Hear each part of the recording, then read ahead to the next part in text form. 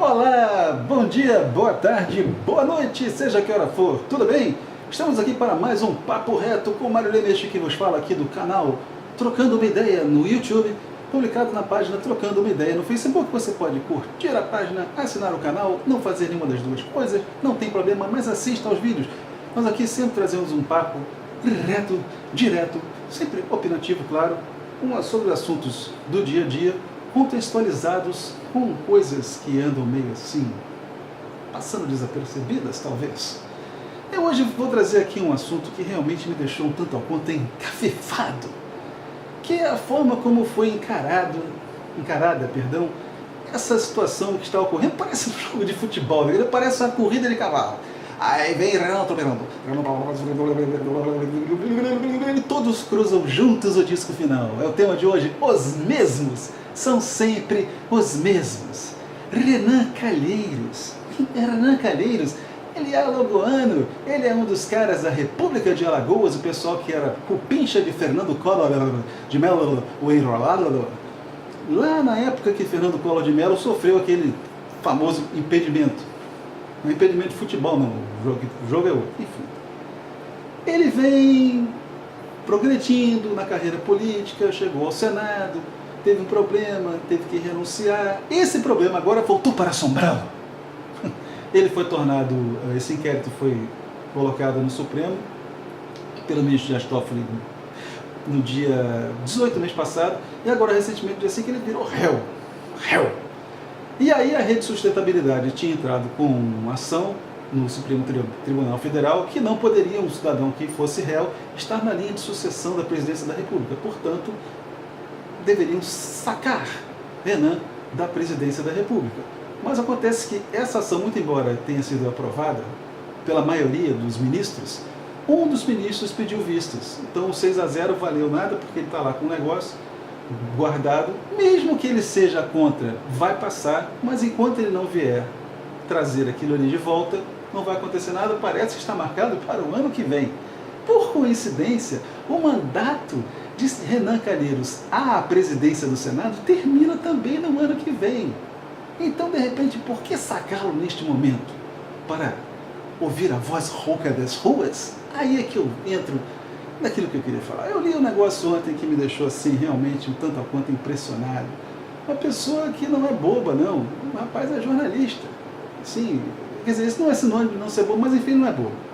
Disse ele o seguinte, abre aspas, os coxinhas fazem manifestação sem black bloc, pneu queimado, estrada fechada, e banco destruído, mas já conseguiram derrubar uma presidente, prender um ex-presidente da Câmara e afastar um presidente do Senado.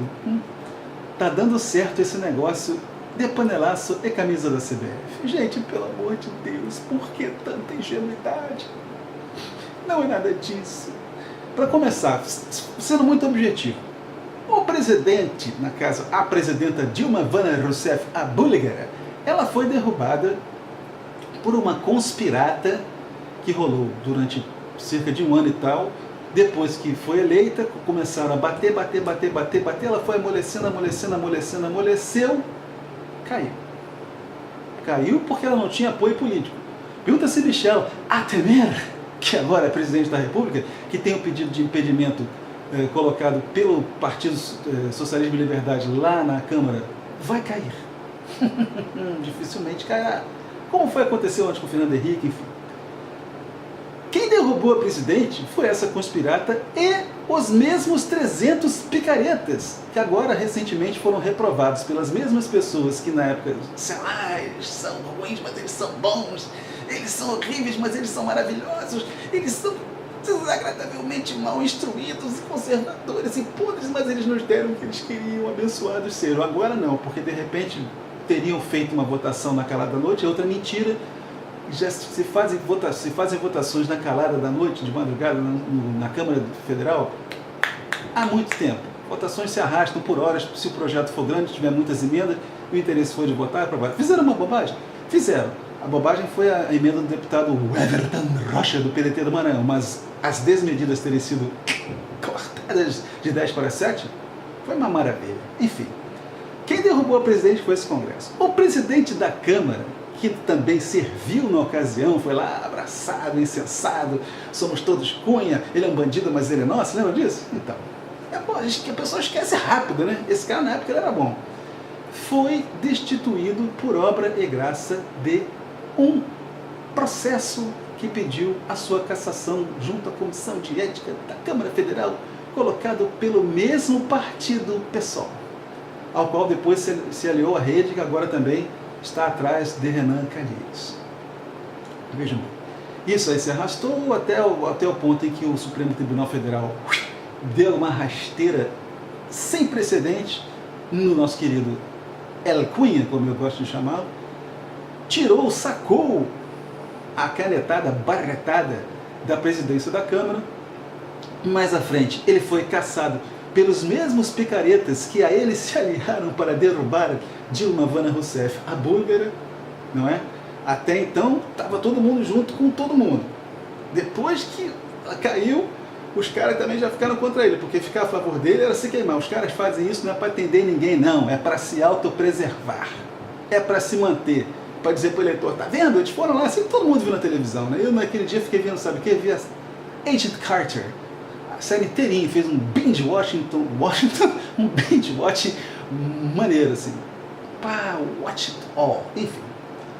E o presidente do Senado, primeira coisa, não foi derrubado ainda, né? Tem uma liminar, uma coisa fabulosamente louca, essa briga de egos que está acontecendo no Supremo Tribunal Federal, que está afetando um outro poder. Eles estão lá. E o Senado assistindo aquilo atônito. Quer dizer, o ministro Toffoli segura, como eu falei no início, não tem uma decisão sobre se pode ocupar ou não, mas o ministro Marco Aurélio se precipita e dá uma liminar. O ministro Gilmar Mendes qualificou como irresponsável. Gilmar Mendes é um homem do sistema. Qualificou como irresponsável, que deveria ser impedido, que ele está doente. O Marco Aurélio falou, eu não acredito no que ele fez ou no que o outro falou, porque eu quase não acredito no que ele fez. Não precisava, né? Podia ter uma forma de provocar uma votação, como o Teori Zavascki fez lá atrás, não é? Que ele fez uma liminar tirando o Cunha, e depois o plenário ficou assim, puxa vida, nós vamos desautorizar aqui esse cidadão, nós estamos aqui com ele todo dia, tão bonitinho, carequinha, vamos lá e passar a faca no Cunha. Provavelmente vai acontecer a mesma coisa com o Renan, mas ele está resistindo ao ponto de ter ido buscar colinho com o nosso Michel Temer. Foi lá no Palácio Planalto, e você ficar acompanhando aqui o noticiário é quase como acompanhar um House of Cards em fast forward. Acontece tudo, não é muito rápido, né? Coisa, você tem que ficar igual o jogo de futebol com radinho de pilha. E, gente, veja, mudar um cara desse por outro é igual aquela história do camarada que chega em casa, encontra a mulher make love gostosinho no sofá com um amante e fica louco da cara e faz o quê? Troca o sofá de lugar. Entendeu? Mas a mulher fala, não, meu irmão, tira esse sofá daqui, esse sofá me provoca pensamentos lúbricos, já provocava antes, ele causou isso tudo, vende o sofá no Mercado Livre, compra outro. Não vai mudar nada, porque mudou o presidente da Câmara, porque mudou o presidente do Senado, porque o sistema é o mesmo. Esses caras são os mesmos caras que estavam lá no governo do PT, que estavam no governo do Fernando Henrique, que estavam em tudo quanto é governo que tem no Brasil, desde a Nova República. Eles são o fiel da balança. Eles agora estão se enrolando porque eles não estavam acostumados ao protagonismo no nível da federação, não é? No governo federal. Ficavam ali por trás, manobrando e tal, com figuras admiráveis, como Romero Jucá. Romero Jucá foi flagrado numa conversa telefônica, que foi divulgado, um áudio foi vazado, todo mundo viu, vou botar de novo, dizendo que era para derrubar a Dilma, para poder tentar manobrar o sistema, porque naquela época, não sei se vocês se lembram, não faz tanto tempo assim, não tinha muita gente tentando interferir no negócio da Lava Jato não, né? Agora pode ser que tenha um ou outro meio que assim, com raivinha, talvez tentando uma gracinha tipo a do Everton Rocha, não é? Estavam ali, são os mesmos caras de sempre. Então assim, eu vou tomar a liberdade de ler, eu vou publicar aqui o texto, mas eu vou tomar a liberdade de ler um trecho aqui do texto que eu publiquei a respeito da situação. Foi causado por uma viagem que a minha mulher fez na Paraíba onde ela mora, voltou me contando que o pessoal estava tomando suco de limão com querosene para evitar a doença. Ele diz o seguinte: quem quer que seja o agente político que emergirá vitorioso dessa cena de Mexican standoff, aquele negócio que fica todo mundo botando a arma para a cabeça do outro e um para a cabeça do outro, todo mundo tem uma arma na cabeça, e que se transformou a arena política brasileira, este sempre será um golpista. Porque é isso que eles todos são, é tudo que eles sempre foram. E com a vitória de qualquer um desses brigões, é o que a gente vai ter, porque ambos são golpistas. O PT golpeou, além do país, a credibilidade da esquerda junto com a sua própria, ao aliar-se com o que há de pior entre as piores forças políticas brasileiras, tendo passado a usar os mesmos tipos de expedientes com que estes vêm há séculos exaurindo o país e saqueando o Estado, governo após governo. As forças viróticas que sempre foram dominantes, por sua vez, usaram o PT como hospedeiro para manter em curso sua tradicional extração patrimonialista do território do país, centrada sobre o domínio do Estado, ou do domínio sobre quem domine o Estado, num coronelismo transmutado.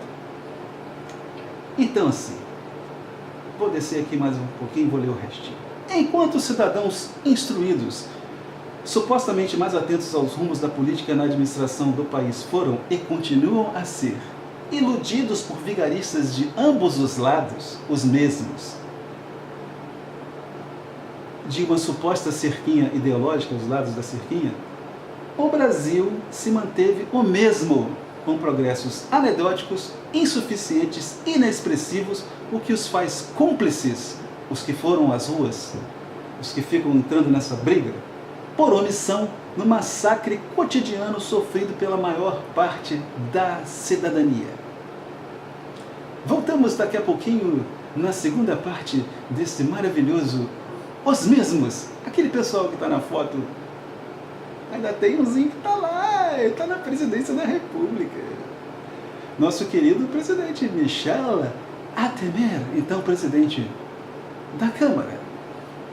Então, adianta alguma coisa ficar a população, que na verdade é outra coisa importante para colocar em contexto. Gente, não é a população.